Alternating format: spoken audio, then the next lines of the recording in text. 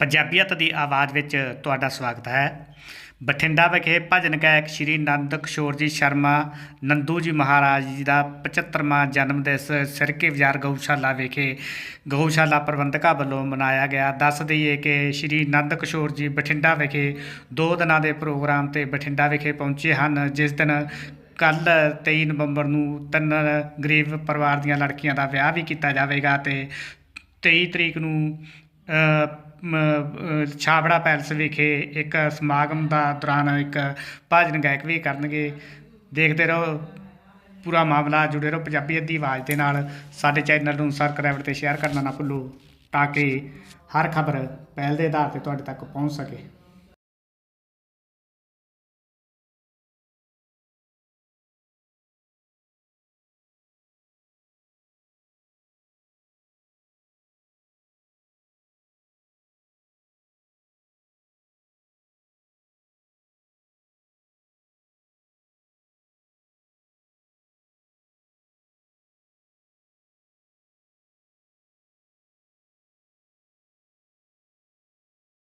वाह वाह। आज बठिंडा पहुंचे हो, क्या कहना चाहते हो?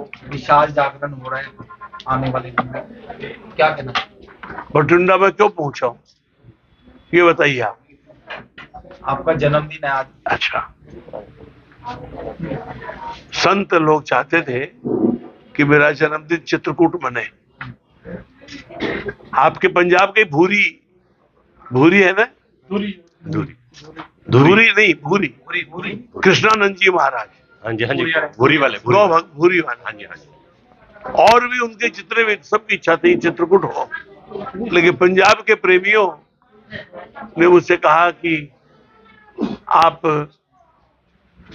जन्मदिन हम पंजाब में मनाएंगे, तो मैंने स्वीकार किया। तो आप बोलते कि जन्मदिन पे मैं क्या कहूंगा,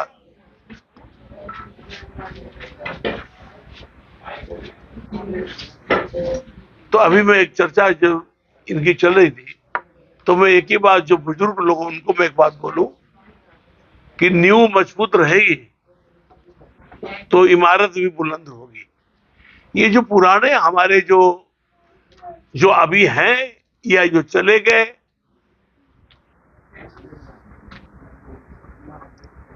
इनके त्याग और तपस्या को हमको कभी नहीं भूलना चाहिए।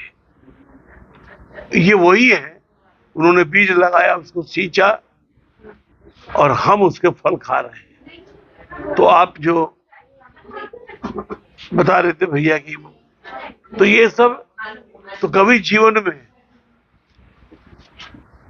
इनको मत भूलना। संस्था बहुत बड़ी बन गई, अब पुराने लोगों को हम भूल गए। जिस दिन हम पुराने लोगों को भूल जाएंगे, पुराने मतलब जिन्होंने इस वृक्ष को सींचा, तो कोई आपको भी भूल जाएगा। एक दिन बिल्कुल आप भूल जाओगे तो एक दिन ऐसा आएगा कि आने वाली पीढ़ी आपको भी भूल जाएगी। तो ये परंपरा कायम रहे, जिससे हमको शक्ति मिलती रहे। और भैया ने कहा कि आप जन्मदिन पर क्या देना चाहते हैं, तो मेरे शिष्य आए हैं नरेश नहीं, इंदौर से। नरेश जी मेरी बात, तो मैं उनको अभी कह रहा था कि यार मैं कुछ बोलना चाहता हूं आज। मुझे नहीं पता था कि आप लोग आओगे, लेकिन एक बात है, जैसी जैसी मैं इच्छा करता हूं, मेरे मन में था कि मैं अपने 75 खरी है, मैं मेरे हाथ से भी कुछ लूंगा, और ठाकुर जी मेरे मन में आया, ये आ गया मेरे हाथ में, जाओ। तो मैंने इसको लिया, मैंने सुनो 100 होने दो, ये गौ माता को दूंगा मैं। अब ये देखिए, आप एक ही क्यों आया, एक ही मांगा आया। कहने का मतलब है कि भगवान आपकी हर बात को सुनता है। तो मेरे सदगुरुदेव, तो मैं कैसे पहुंचा? गुरु एक व्यवस्था और परंपरा का नाम है, और गुरु के सामर्थ्य क्या मालूम है? अगर गुरुदेव चाहे तो मुरारी आके बोलेगा, लगेगा पुण्य का भाड़ा, तुझे ले संग डोलेगा। और गुरु अपमान, गुरु की निंदा सपने में भी, प्रत्यक्ष अप्रत्यक्ष, इतना बड़ा दंड मिलता है वो रामचरितमानस बताती है। गुरु आए, शिष्य माला कर रहे थे, देखा पहले माला पूरी हो जाए तो गुरु जी से मिल लेंगे, लेकिन भगवान भोलेनाथ इस अपमान को नहीं सह सके, अक्रुद्ध हो गए, क्रुद्ध हो गए। और वो जो शिष्य थे, उन्होंने हजारों वर्ष अजगर बन के रहना पड़ा। वो भी जब कब कहिए जाओ तुम,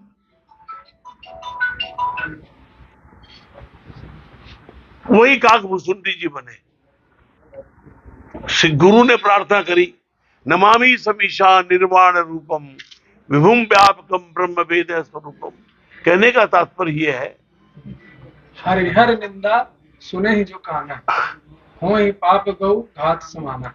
तो गुरु की प्रत्यक्ष और अप्रत्यक्ष, जानकर या अनजाने में, कभी भी उसका बहुत बड़ा, गो हत्या से भी बढ़कर दोष है वो। तो आज अब मैं जहां पहुंचा हूं, 12 साल का था तो मेरे गुरु भाई चैतन्य हरि जी महाराज, लेकिन अस्वस्थ रहने लगे। पंजाबी शरीर था, ऋषिकेश में शरीर पंजाब का ही था उनका, ऋषिकेश भगवान भवन। ये जो उन्नाव से लड़ते ना एमपी का चुनाव, साक्षी जी वो साक्षी मेरे गुरु भाई हैं। अच्छा, मेरे गुरु भाई हैं, मेरे गुरु भाई। फिर 12 साल का था तो गंगा में प्रवेश कर गए ऋषिकेश।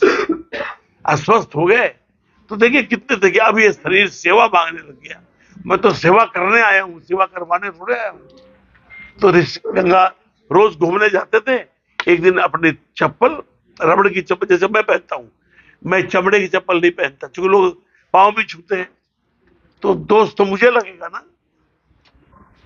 तो मुझे सावधान रहना पड़ेगा। तो गंगा में गए, प्रवेश कर गए। 74 में देवराहा बाबा ने मुझे खोजा। हम गुरु को नहीं खोज सकते। गुरु हमको, आज मैं बता रहा था इनको कि आप लोग तो भागवत सुनते हैं ना, तो जब माता ने अपमान कर दिया ध्रुव का और वो चले खोज में, तो ध्रुव ने थोड़े पर नारद जी को खोजा। नारद जी आए ध्रुव के पास, प्रहलाद ने थोड़े खोजा ध्रुव नारद जी को। वहां भी नारद जी आए और 12 मंत्र दिया, 12 अक्षर मंत्र, हाँ वो दिया ध्रुव को भी, प्रहलाद को भी। सारी बात मैं इसलिए कह रहा हूं कि आज 76वें वर्ष में प्रवेश कर गया मैंने और पूरा जीवन दे दिया। और मैंने न तो कभी गुरु दक्षिणा स्वीकार की। जो मेरा मानना, गुरु तो पोषण करने का नाम है, शोषण करे वो गुरु नहीं हो सकता। हम बड़ी बड़ी बातें करें, पोषण करता होना चाहिए गुरु। गुरु तो शिष्य का जीवन बनाने वाला है। मैं मेरे विचार कहता हूं। तो आज भी मैं यही गुरु जी को, फिर मेरे तीसरे गुरु देवराहा बाबा, तो कोई नहीं जानता उनकी आयु कितनी। आप गूगल में डालो, कोई कहता 250 साल, कोई 300 साल, 250 साल तो बताते हैं लोग। ये तो मैं प्रत्यक्ष आपको बताता हूं। जब मैं पहली बार 74 में सपने में आए, 6 में तो मेरा सपना चला गया। फिर जब एक जगह तस्वीर देखी, अरे यही बाबा तो मेरे आए, पता लगा, मैं गया तो वहां एक हनुमान जी का मंदिर था, लार रोड स्टेशन पे। वहां एक 80-85 साल के पुजारी बैठे थे। तो मैं उनसे पूछा कि बाबा आप घर कहाँ, यही है। बाबा ये देवराहा बाबा की उम्र कितनी है? उन्होंने कहा कि मेरे बाबा मुझे कंधे पे बैठा के बाबा के यहाँ ले जाते थे। मतलब मेरे दादा कंधे पे बैठा के ले आते थे और वो ये कहते थे कि मैं बचपन से इनको ऐसा ही देख रहा हूं, जैसे मेरे बाबा कहते कि मैं बचपन से देख रहा था और मैं खुद इनको ऐसा ही देख रहा हूं। हर आदमी, मतलब वो एक ही जैसा लग रहे थे।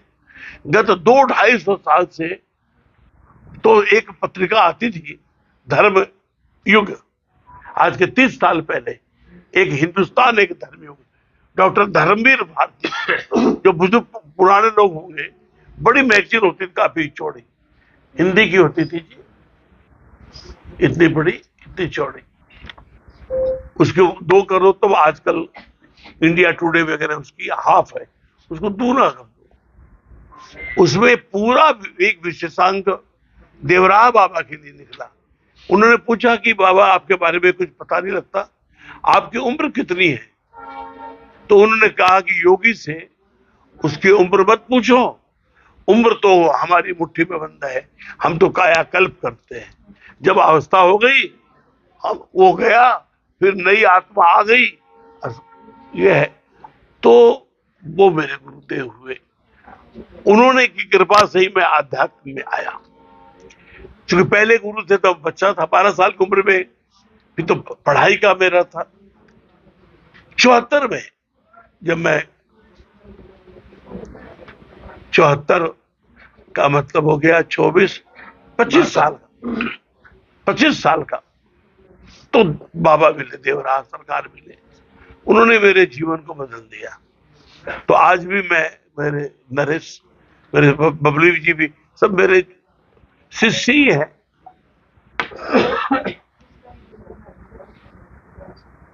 तो मैं कह रहा था कि मैं आज, और फेसबुक पर डालूंगा, आज भी मैंने 10-12 लाइन लिख के डाली जो मेरे मन की है।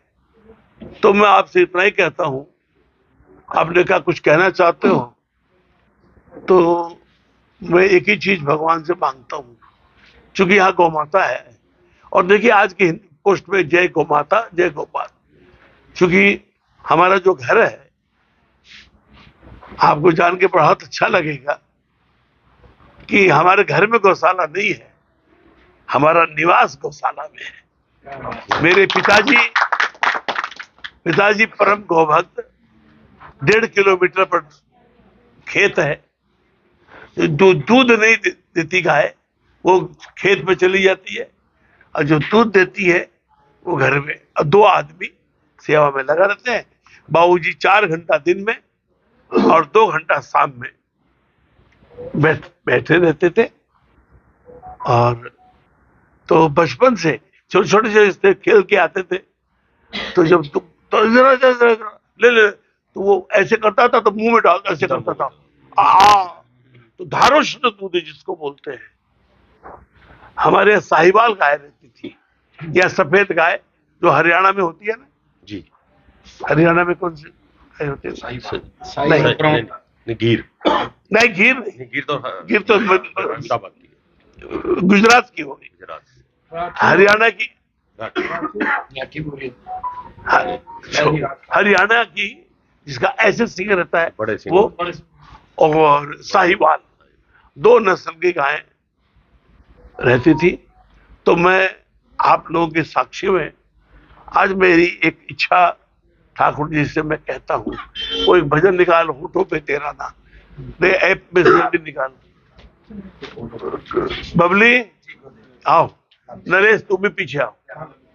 देखो बबली भी मेरे कई शिष्य जो भजन गाते हैं, बबली जी भी हैं, और एक राजेश अटोलिया है, वो जयपुर में है, एक संजू नकाड़ा है, वो कटनी में है, कटनी एमपी, एक छत्तीसगढ़ गणेश और राजेश, दोनों मिलके गाते हैं, उनके बेटे भी गाते हैं। वो राजनंद गांव छत्तीसगढ़, वो ऐसे करके कई हैं, एक नेवाई में है, एक देई में है, जो भजन गाते हैं। तो मैं एक भजन, ये भजन नहीं है, मैं गौ माता की साक्षी में, क्योंकि गौ माता बचपन से हमने तो आंख खुली तब से गौ माता को देखा है, गौ माता के गोद में खेल के बड़े हुए हैं, गोबर में सवेरे उठ करके बाबूजी गोबर कर ले, लगा बॉडी में, ले पानी से, चापाकल आती थी, गोबर लगा लगा के स्नान करना, गौमूत्र को पीना, उसी में जीवन बीता है। और ये गुरु और गोविंद और गोपाल, मैं जो हूं तीन की कृपा से, पहले गुरु, फिर गौ माता और फिर गोपाल। तो गौ माता, गुरु और गोपाल। और एक भजन में लिखा है मैंने, गौ गंगा और गीता जीने का सहारा हो, इनकी ही सेवा में प्रभु मेरा गुजारा हो। गौ, पहले नाम किसका लिया? गौ, क्योंकि पिताजी सेवक थे। तो 2 लाइन, आपको कुछ प्रश्न पूछना तो पहले पूछो। प्राजी तुसी दसो, पूछो। आपने जो पैदल यात्रा भी की है, ओ हाँ, पूछो। उसके बारे में बताइए। जो श्री